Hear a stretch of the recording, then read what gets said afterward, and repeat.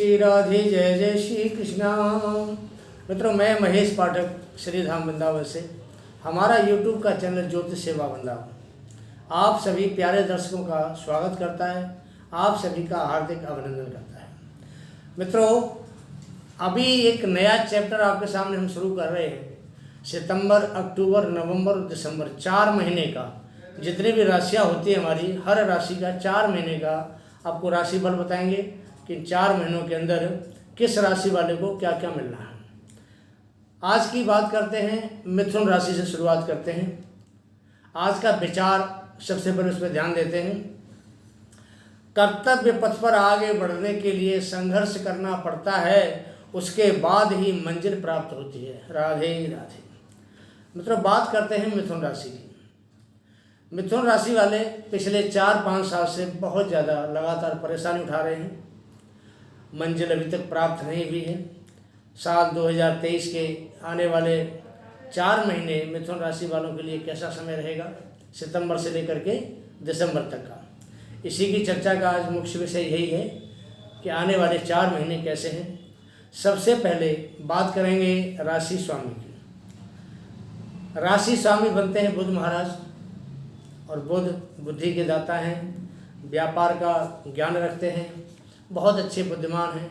तो मिथुन राशि वाले जातकों की जो बुद्धिमत्ता है वो किसी से छुपी नहीं है। ऐसे जातक बहुत अंतर्ज्ञानी होते हैं, इनको बहुत ज्ञान होता है, व्यापार का भी ज्ञान होता है, दुनियादारी का भी ज्ञान होता है, और हर चीज़ के मामले में पहले बहुत सोच समझ के विचार करके ये लोग आगे कदम बढ़ाते हैं। कदम बढ़ाने के बाद उसको पीछे नहीं खींचते और आगे निरंतर प्रयास करते हैं आगे बढ़ने का, और उसमें ये सफल होते हैं, कामयाब होते हैं। तो आज की बात यही करेंगे कि मिथुन राशि वालों के लिए आने वाले 4 महीने हैं, ये कितने बेहद खास इनके लिए रहने वाले हैं। तो सितंबर माह से पहले शुरुआत करते हैं। बुध देव का जो गोचर है सिंह राशि में सूर्य के साथ हो रहा है। ये है आपका सितंबर का महीना, मित्र के साथ है, सूर्य उनके परम मित्र हैं। आपका पुरुषार्थ सितंबर में बढ़ा चढ़ा रहेगा।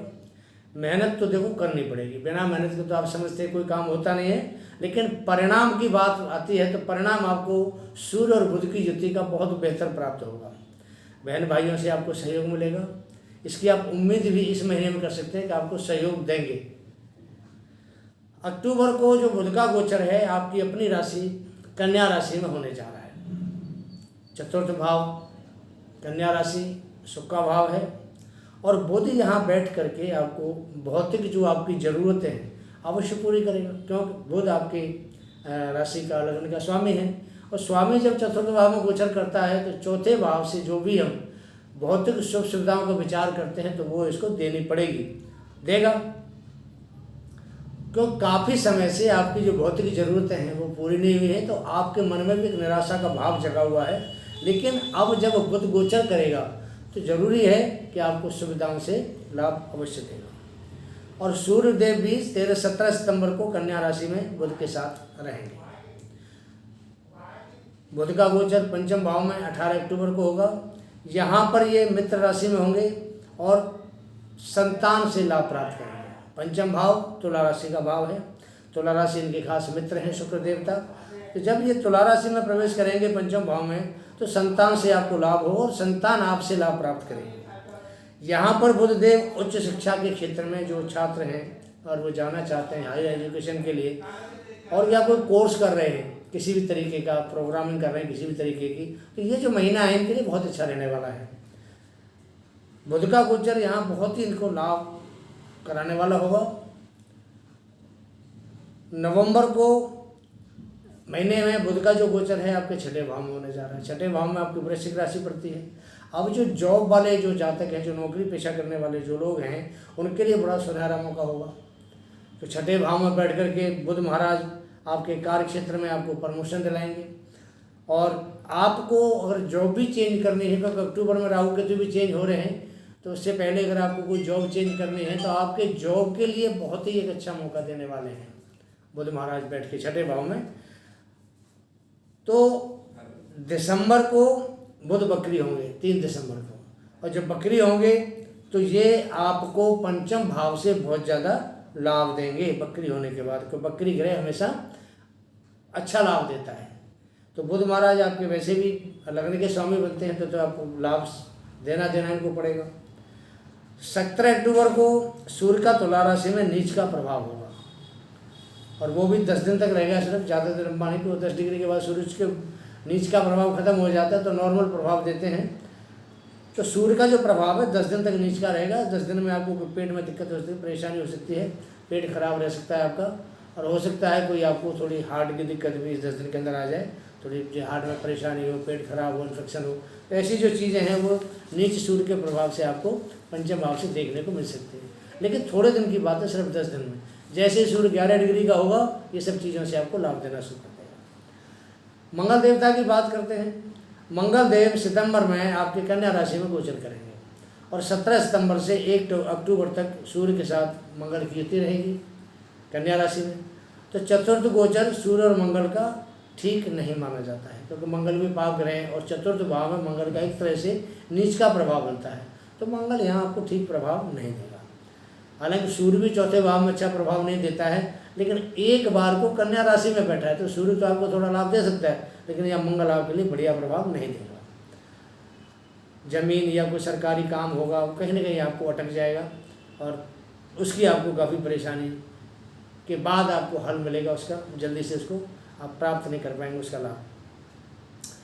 3 अक्टूबर से मंगल सूर्य बुध की युति केतु के साथ होगी तुला राशि में, पंचम भाव में सूर्य मंगल और केतु, क्योंकि केतु महाराज भी वहाँ 30 अक्टूबर को चेंज हो जाएंगे। जब 30 अक्टूबर को चेंज होंगे तो उसके बाद में इनकी जो युति है वो आपको नवंबर के महीने में वहाँ दिखाई देगी। सूर्य मंगल और केतु की युति क्या है। अब चतुर्ग्रह युति हम बुध महाराज भी आ जाएंगे यहाँ नवंबर में। तो ये 4 ग्रहों की जो युति पंचम भाव में हो रही है तो आपको लाभ देने की स्थिति में रहेंगे चारों ग्रह। मंगल यहाँ पर शत्रुओं से, आपको बड़े भाइयों से, व्यापार से, कारोबार से लाभ देने की स्थिति में रहेगा। पंचम भाव पर गुरु की दृष्टि आ रही है, तो गुरु आपके एकादश भाव में बैठे हुए हैं, तो यहाँ बैठ कर के आपको शेयर मार्केट, ज़मीन जायदाद, सरकारी काम जो आपके पीछे पेंडिंग हो रहे थे वो सब आपको बनते नजर आएंगे। अब 30 अक्टूबर केतु स्थान परिवर्तन के साथ पंचम भाव और भी शुभता हासिल करेगा, खासकर छात्रों के लिए। तो 30 अक्टूबर तक केतु आपके पंचम भाव में बैठा है, तो खास करके छात्रों के लिए, जो सट्टेबाज हैं, शेयर मार्केट में जो लोग काम करते हैं, उनके लिए केतु बहुत बढ़िया प्रभाव। तो छात्रों के लिए खास करके ये समय बहुत उत्तम रहेगा अक्टूबर तक का, क्योंकि केतु महाराज आपके पंचम भाव में बैठे हैं। मंगल देवता 16 नवंबर को अपने घर में प्रवेश करेंगे, छठे भाव में वृश्चिक राशि में प्रवेश करेंगे, और अपने घर में, और वो भी छठे भाव में। अरे पाप ग्रह बैठता है तो बहुत ही ज़्यादा वो बली होता है और कारक माना जाता है। वो छठे भाव में बैठ करके पाप ग्रह बहुत अच्छा प्रभाव देने में ये समर्थ होते हैं। तो यहाँ बैठ करके मंगल आपको शत्रुहंता योग बनाएगा। नवंबर और दिसंबर सूर्य मंगल बुध का छठे भाव में गोचर होगा, तीनों ग्रह वहाँ गोचर करेंगे। बुध का हमारी काल चक्र कुंडली में छठा भाव बुध का अपना घर होता है, और वैसे यहाँ अगर हम गोचर में देखते हैं तो मंगल का घर है। तो सूर्य मंगल और बुध तीनों ग्रह अगर छठे भाव में गोचर करते हैं तो ये बहुत ज़्यादा इफेक्टिव होंगे आपके लिए। आपको ऋण से मुक्ति दिलाएंगे, आपको रोग से मुक्ति दिलाएंगे, और सबसे बड़ी बात यह है कि आपको ये शत्रुहंता योग बनाएंगे। कोई भी दुश्मन आपके सामने नवंबर और दिसंबर 2 महीने के दौरान खड़ा नहीं हो सकता है, क्योंकि मंगल बहुत ही ज़्यादा यहाँ शुभ प्रभाव देता है, और वो भी अपनी राशि में बैठा है तो बहुत ज़्यादा अच्छा लाभ देगा। पीछे आप परेशान थे फाइनेंशियल पोजीशन के लिए, तो देखो जी मंगल और बुध यहाँ बैठ करके आपको जो आपकी फाइनेंस पोजीशन है उसमें भी आपको एक शुभता धारण कराएंगे, क्योंकि छठा भाव भी धन का भाव होता है। जो छठा भाव धन का भाव होता है और गुरु मंगल के ही घर में बैठे हुए हैं, तो वो आपको लाभ तो देंगे, नौकरी से भी लाभ कराएंगे और आपको धन से भी लाभ यहाँ जरूर कराएंगे। गुरु महाराज की बात करते हैं कि 30 अक्टूबर से गुरु राहु की जो युति है भंग हो जाएगी। राहु छोड़ देगा गुरु महाराज को। राहु का जो गोचर है आपके 10वें भाव में होगा, तो गुरु जैसे ही शुभ होगा आपको गुरु के सब अच्छे प्रभाव मिलना शुरू हो जाएगा। क्यों राहु का जो नेगेटिव प्रभाव था सितंबर से कुछ थोड़ा कम तो होगा, लेकिन पूर्ण रूप से जो प्रभाव आपको मिलना शुरू होगा वो मिलेगा आपको 30 अक्टूबर के बाद। उसका प्रभाव आपके लिए पॉजिटिव होना शुरू हो जाएगा और पूर्ण रूप से 30 अक्टूबर के बाद आपको पूर्ण लाभ मिलना शुरू हो जाएगा। गुरु जैसे ही शुभ होंगे, पति पत्नी की अनुभव समाप्त होगी, आर्थिक पक्ष आपका मजबूत होगा, व्यापारी वर्ग के लिए बहुत ज़्यादा फायदेमंद है, क्योंकि गुरु सप्तम भाव के स्वामी बनते हैं और सप्तम भाव व्यापार का भाव होता है। तो जब जैसे ही गुरु शुभ होंगे तो आपके व्यापार में आपको अचानक ग्रोथ देखने को मिलेगी। इतना ग्रोथ होगा कि आप थोड़ा एक अचंभित भी हो सकते हैं कि आपको ग्रोथ जो एक साथ मिलने वाली है। तो स्थिति जो है बहुत संतोषजनक रहेगी।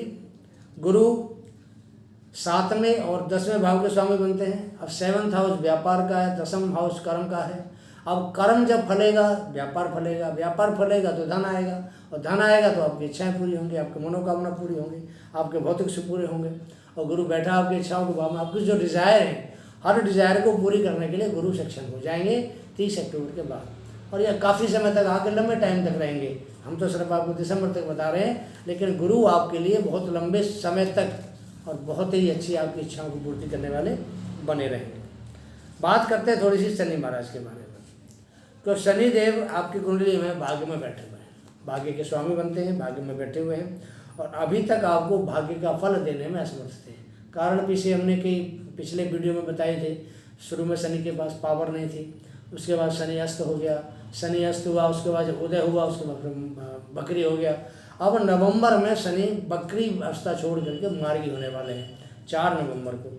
अब जैसे ये मार्गी होंगे तो आपके भाग्य में जो जो लिखा है सब आपको मिलने लगेगा। शनि पुरुषार्थ को तो बढ़ाएंगे, भाई देखो मेहनत तो कराएगा, शनि का काम है मेहनत कराना, मेहनत तो कराएगा, लेकिन उस मेहनत का जो पूरा फल अब तक आपको नहीं प्राप्त हो रहा था वो आपको नवंबर के महीने से प्राप्त होना शुरू हो जाएगा। और जब आपको प्राप्त होना शुरू हो जाएगा तो ये बहुत ही आपके लिए एक आशा की किरण लेकर के शनि महाराज उदय होंगे। राहु की बात करते हैं। राहु का गोचर आपके 10th भाव में हो रहा है। अब 10th भाव 10th हाउस कर्म भाव है, राज्य का भाव है। तो राज्य में तो आपको मान सम्मान दिलाने के लिए आएंगे राहु महाराज, बहुत आपको मान सम्मान दिलाएंगे।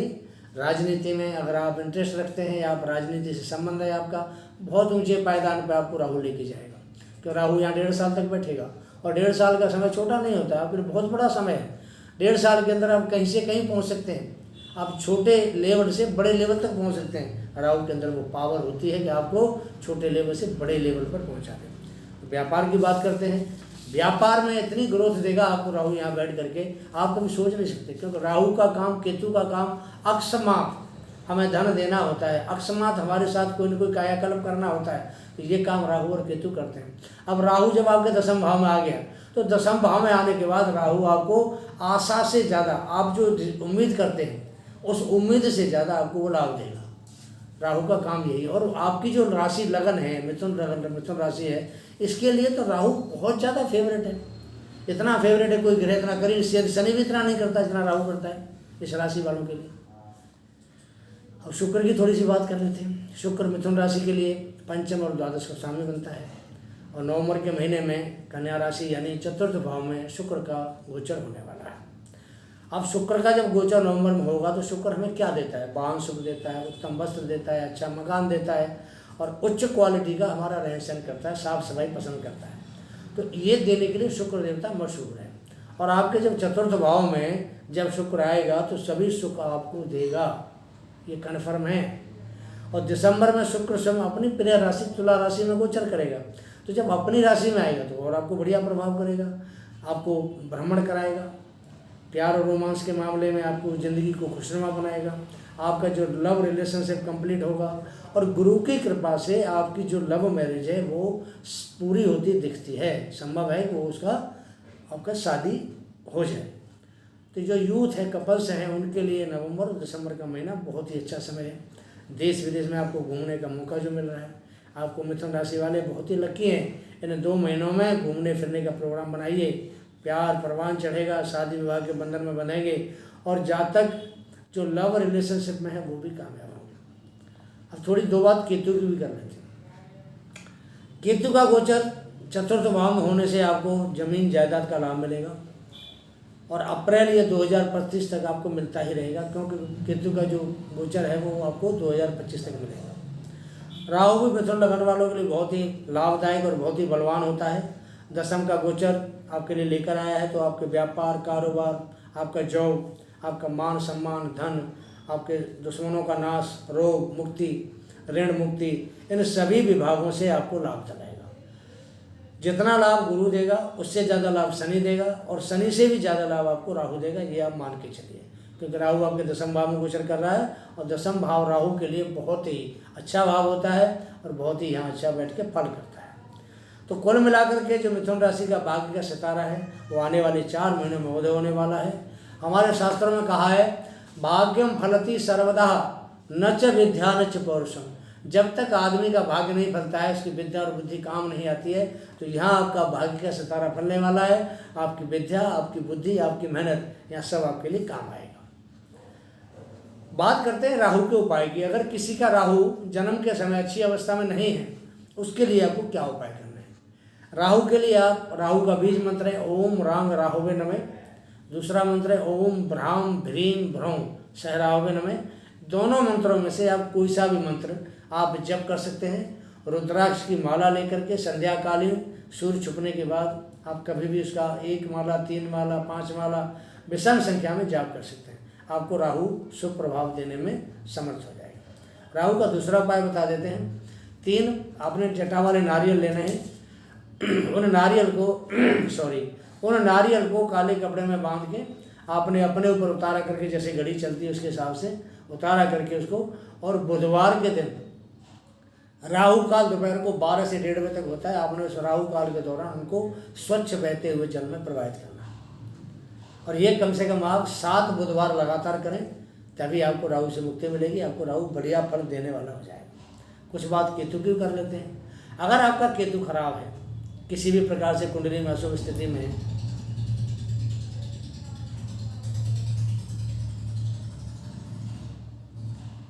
उस केतु के प्रभाव को शुभ करने के लिए आपको जो गली के आवारा कुत्ते होते हैं, इन कुत्तों को शनिवार के दिन आप दूध पिलाइए, ब्रेड डालिए, घर से रोटी खिलाइए, बिस्कुट डालिए, कुछ भी खिलाइए, लेकिन उनको आप खिलाएं जरूर।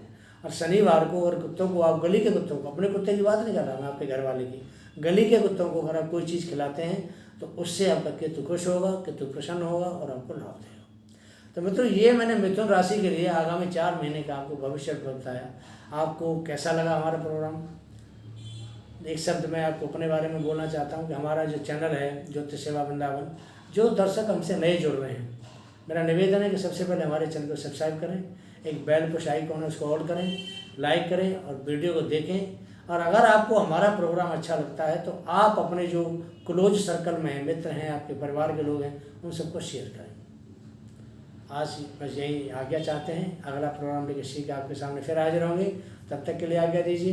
जय जय श्री राधे, जय जय श्री कृष्ण। हो गया।